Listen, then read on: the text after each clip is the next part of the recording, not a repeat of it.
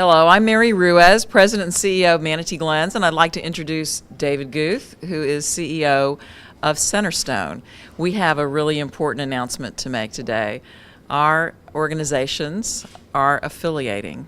Our two boards have signed a letter of intent to affiliate the two nonprofit organizations, and this is like publishing your engagement in the paper. You're not married yet until you walk down the aisle. Our wedding date is scheduled for January 1st, and our two organizations have worked together as colleagues for decades. We share the same passion for our clients and commitment to our communities. The reason that we are joining together is to make sure that that mission in the local community is enhanced, that our expertise grows, that we're able to advance mental health and addictions treatment, not only in our local community, but also nationally. So what does this mean? It means that Manatee Glens will be taking the Centerstone name. It means that Manatee Glens as an agency will remain a Florida corporation with the Centerstone name. Our staff, our services, our assets, our board, the CEO remain local. Local decisions for services will continue to be made by the volunteer board of directors of Centerstone of Florida. What will change is something that I'm going to ask David Guth to talk about, what we're gaining in our affiliation with Centerstone. Thank you, Mary. Well, first of all, before I talk about what Manatee Glens gains from the affiliation with Centerstone, I want to talk about how pleased we are to be partnering with Manatee Glens. I think you all know what a tremendous organization, what great visionary leadership there is both on the management team headed up by Mary as well as the board of directors of Manatee Glens. So we feel very honored to be entering into this marriage between our two organizations.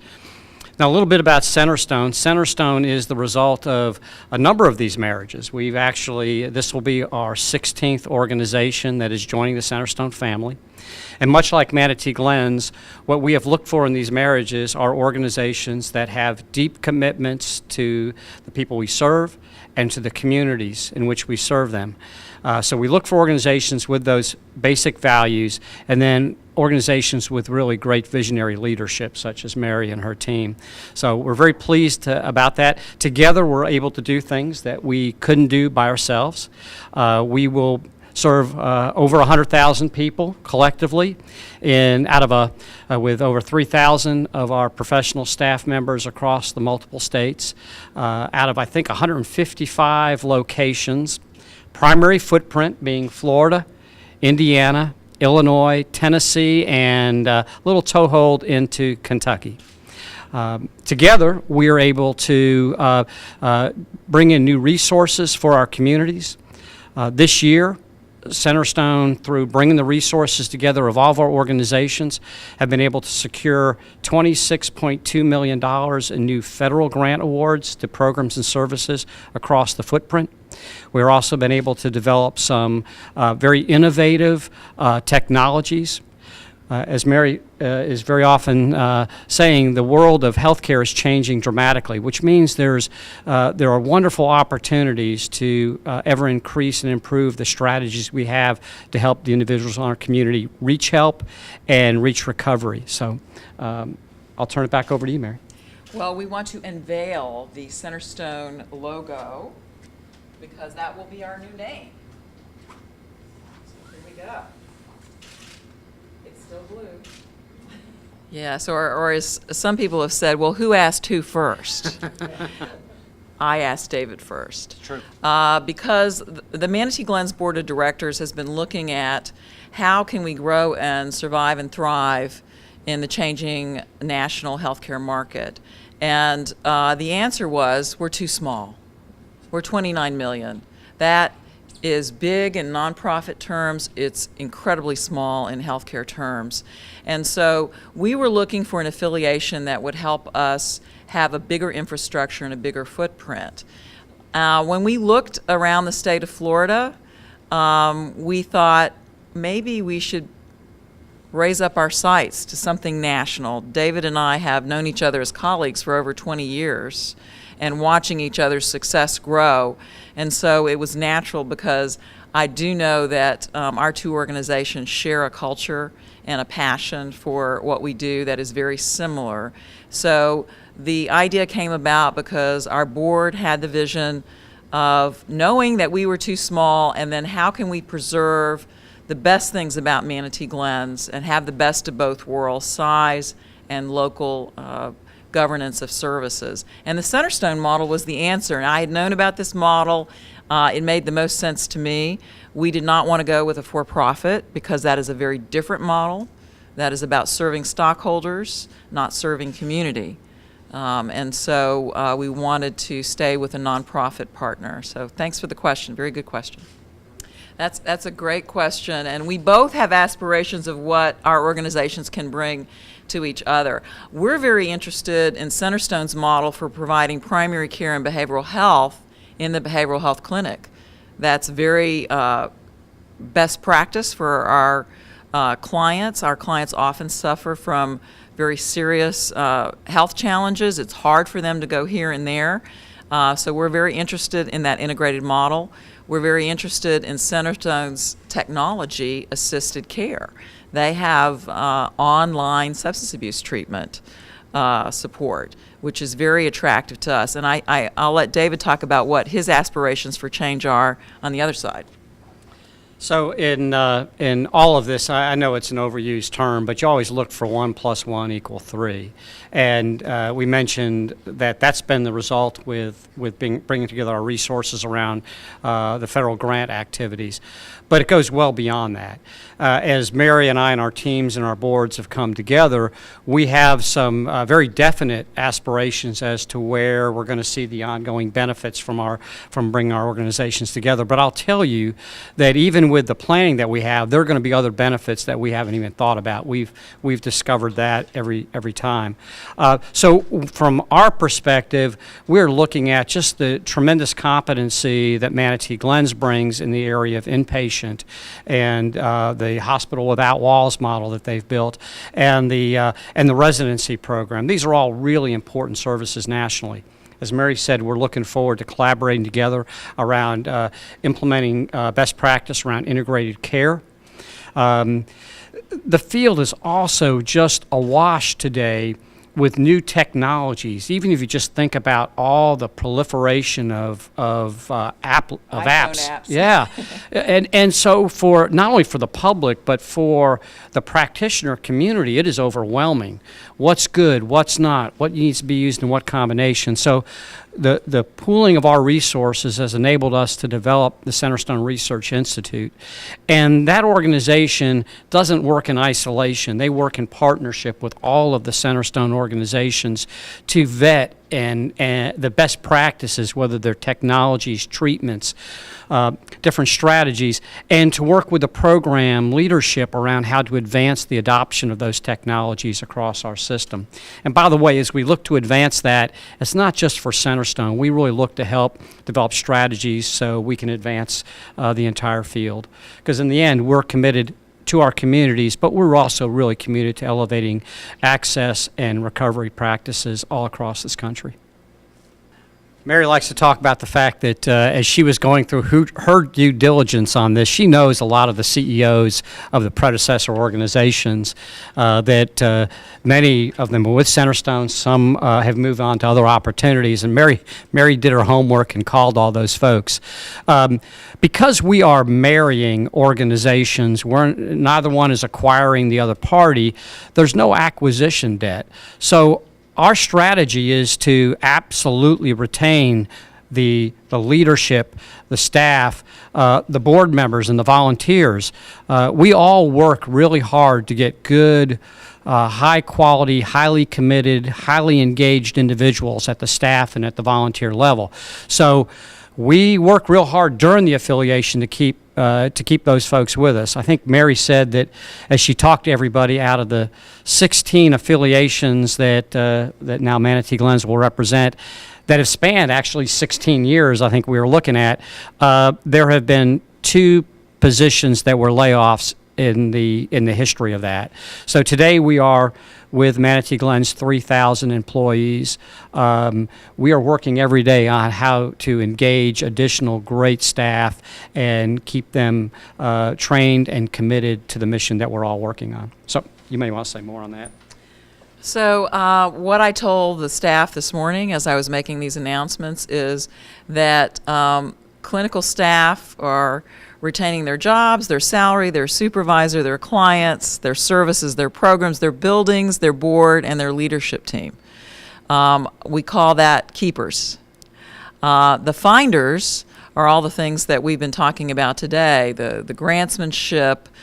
We haven't talked about Centerstone's Center for Clinical Excellence. They are working on a zero suicide initiative in their communities.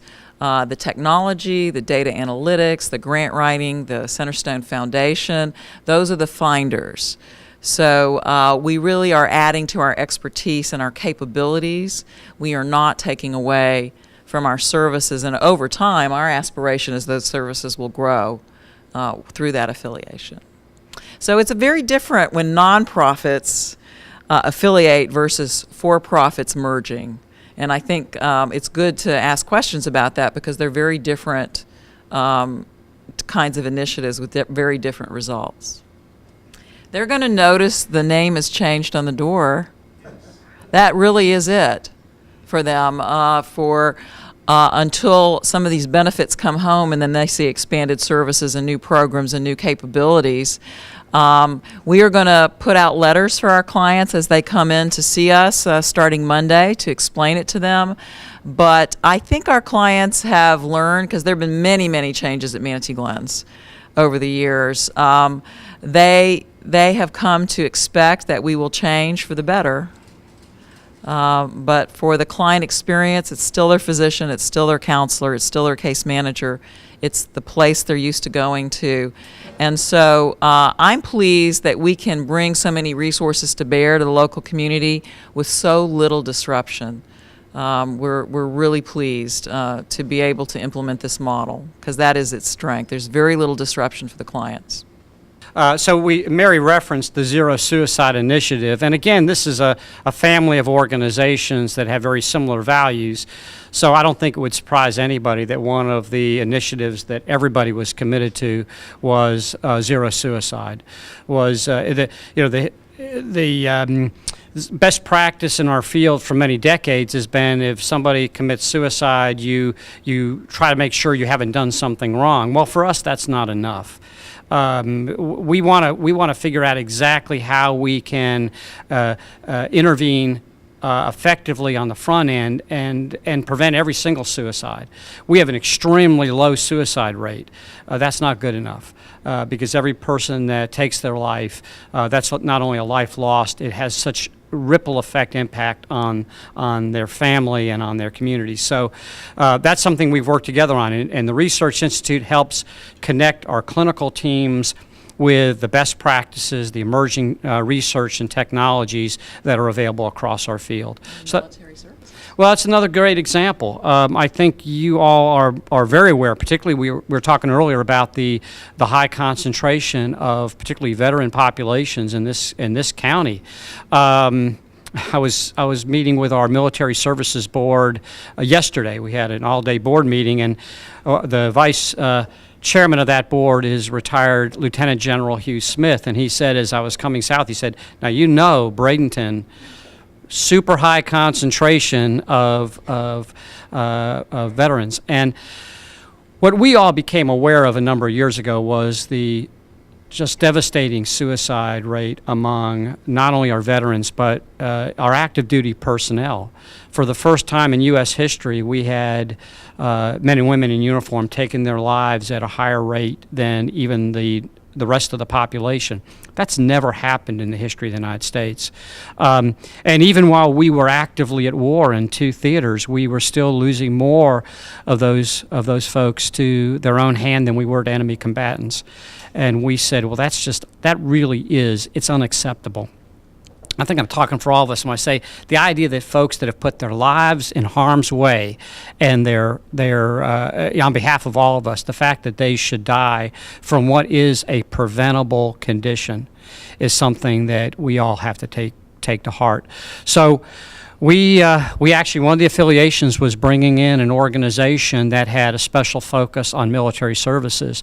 We pooled our various expertise and resources, and today we have an organization in Centerstone Military Services that provides no-cost, confidential services to men and women who are in uniform or have been in uniform and their families all across the United States. We have therapists that are both credentialed in post-traumatic stress and in competent in military culture that are available in 44 states today. And as needs arise, we continue to build that network. That's an initiative that none of us could have done on our own. And I will just say, being here in Florida in particular, I want you to know what an enormously I don't have enough words to say how grateful we are to the Wounded Warrior Project. They have been enormously helpful in making this possible. So that's another initiative. We have a lot of others. We are very concerned about the life discrepancy between those who have a serious mental illness and the rest of the population. Those folks die about 25 years sooner than their counterparts that don't have a mental illness, and they die from physical health complications of diseases that aren't psychiatric in nature. And we know this is because they fall through the cracks, that they somehow don't get early diagnosis or early prevention activities with these illnesses. So we are working really hard not only on the integrated practice, but also on strategies around engagement, finding those folks in our community so that when they don't present at the emergency room with kidney failure, but that in fact we're able to engage them in both their behavioral health and their physical health care far earlier in the stream so that we can really help them have the full life, not only in terms of longevity, but in terms of what they can embrace in their life that they really are entitled to. So there's a lot. We'll talk some more. He could say some more. I really could talk here all day. He's got more to say. Other questions? Well, I want to thank you all. David and I are going to hang around. We'll be available for individual interviews.